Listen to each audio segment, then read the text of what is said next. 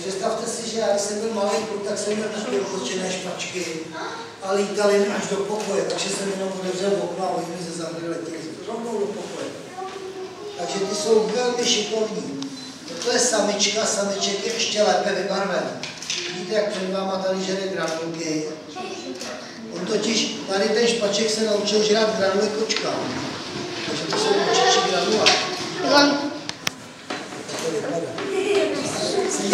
Sejte. Já tam mám šahu.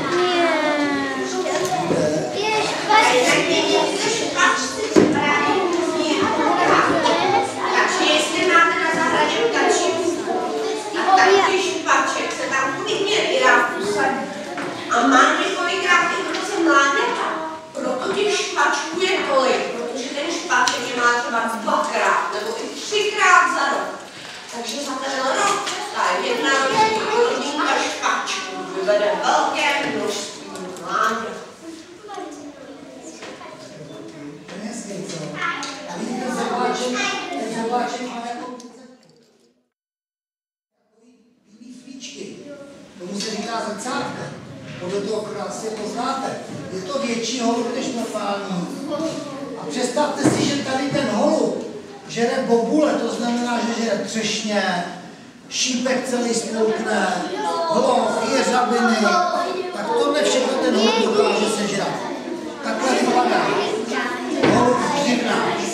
Má tady růžové a na krku má takovou bílý flíčky. Tomu se říká králíka. Měli jste ho vaši ale takový i dlouhý, protože žije na poli, hlavně žere na poli, tak tam by mohl vybírat třeba ty naklíčená semínka. Ale s tím zobákem dokáže i lovit. Takže on uloví třeba i hraboše, nebo broučky si bere, anebo když třeba někde zajde, chcípne nějaký zajec nebo semka, tak to dokáže. Tohle je zlízka,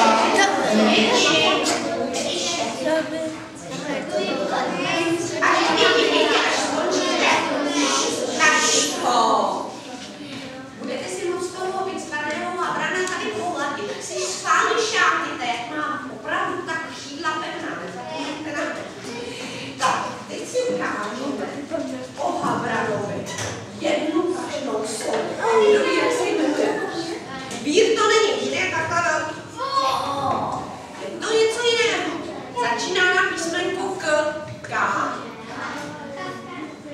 To jsme si ukázali, to je tak čecá. Kalous ušatý.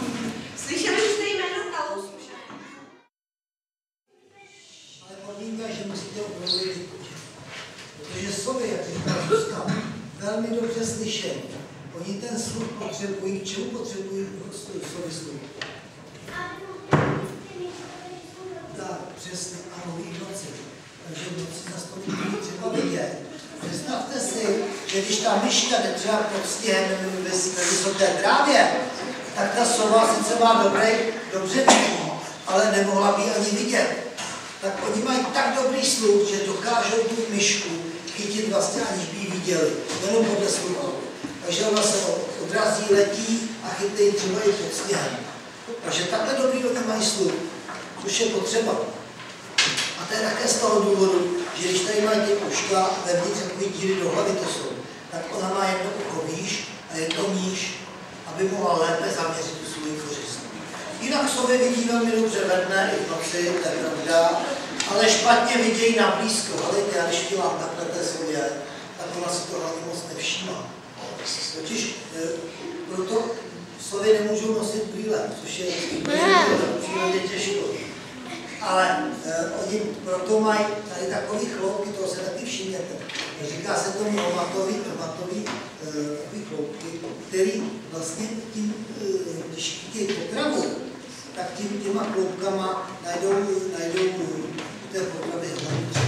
No a pak ji musí spolknout, takže oni vemou za hlavu a spolknou ji celou. Takové hromatové chloupky má i kočka přeci, to si znáte všichni. To má i pejsek, a to je všechno kvůli tomu blízko.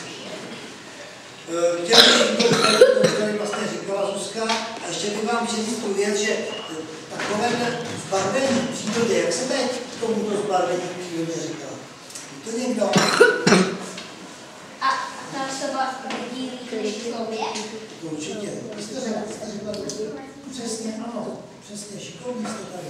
To je takzvaná situací barva, takže krycí zbarvení.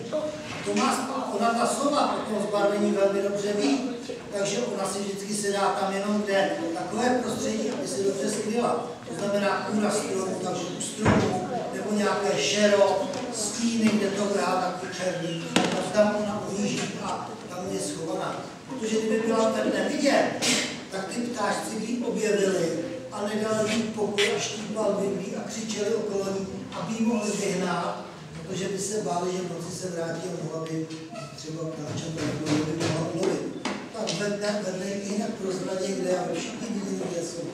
Já vás teď obejdu a kdo bude chtít, tak si ji Tak já se vás zeptám zatím. Kdo z vás víte, proč mají sovy tak jemné peří? Kvůli čemu to mají? Tak se nejdřív teda zeptejte. Nejsou. To se jenom říká, že sovy jsou chytré. Ono se jim občas dávají jako brýle. To vám pak Viktor, ne, to už Viktor, to si neříkal, že sovy nevidí na blízko. Ale doopravdy ty sovy chytré moc nejsou. Třeba takový draví ptáci nebo krkavci havrani jsou mnohem chytřejší než sovy. Nebo i takový špače. Tak, ale kdo teď ví, vy se přihlašte, kdo ví, proč sovy mají jemné peří. Tak já vám napovím. Je to no.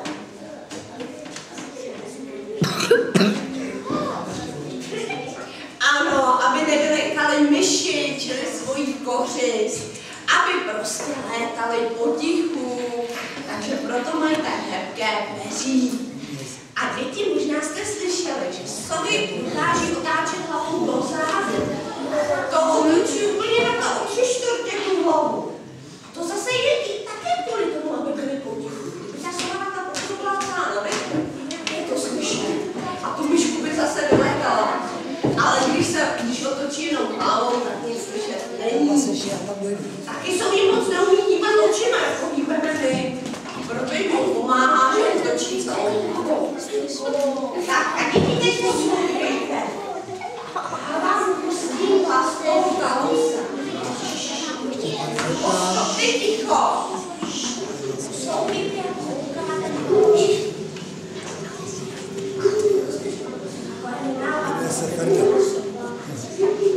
Kalos tady docela často žije.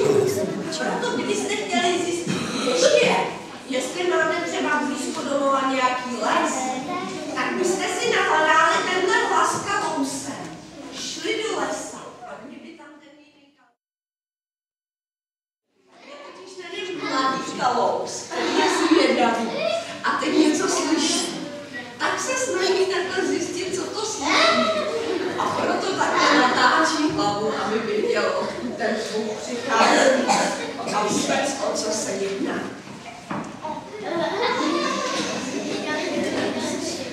Tak, teď až vás Viktor obejde, tak nastavte uši. A kdo z vás něco uslyší, protože Viktor s ním zamává křídly. Takže jestli ten jeho let bude opravdu neslyšný, anebo jestli něco uslyšíte, tak musí být úplně ticho. To je nic.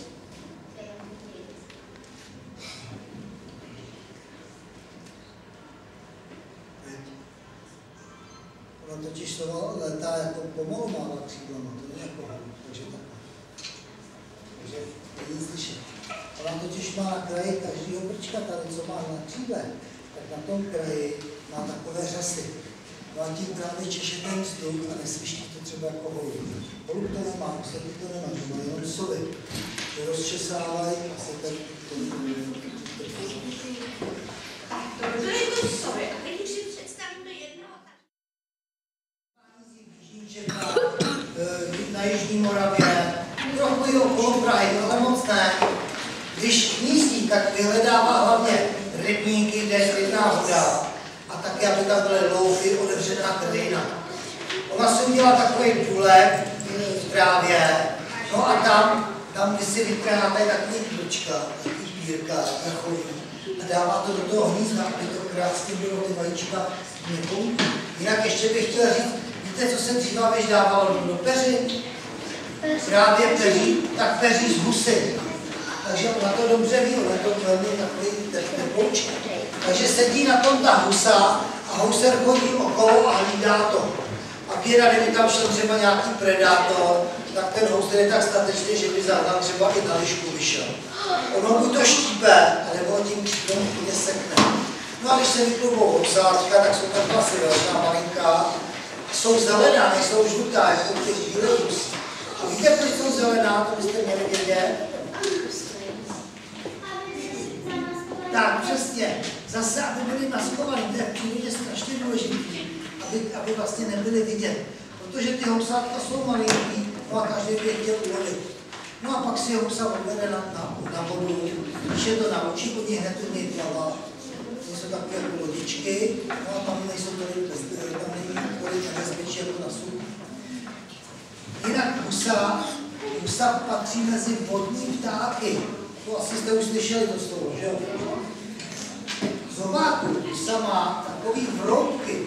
To se ještě budete učit, to se jim oni říkají, že patří mezi hrubozobí. To vidíš, že je tady na fotce. To se zubí, to je teda více nic, ale oni jsou to vroubky, to má na rozměrný potravy. No a proto se vás teď zeptám, děti.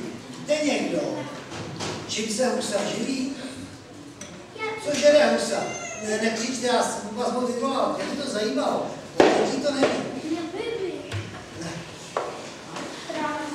Prosím? Perfektní, takže tady jste opravdu šikovný, nebo máte mezi šikovný trávou. Děti dneska si všichni myslí, že to jsou ryby, žáby, myši, hmyz, tráva. Oni i vodní řasy samozřejmě, oni mají dlouhý krk a takovýho podporu, tam si může něco z toho pátrat samozřejmě, ale trávou. Takže husa se pase, ona se pase jako ovečka, že štěte trávu. A nebo obilí si veme, to taky. Takže tím se husa živí. A ještě další věc. Říkal jsem vodní pták, no a co musí mít vodní ptáci? Znamená, že byste to už někdo věděl. Plány správně, tomu jsme se pak dostali, když to řekla, ano, mezi prstama mají, to si pak můžete tak pohladit, má rozsažitelnou takovou kůži, tomu se říká plány. Ale ještě jedna věc. Peří, jaký musí mít peří? Jo? Přesně. Napadlo vás to už taky. Oni totiž, když půjdí, tak půjdí jako lodičky a nemusí nic dělat, jenom jste na vodě a půjde dál.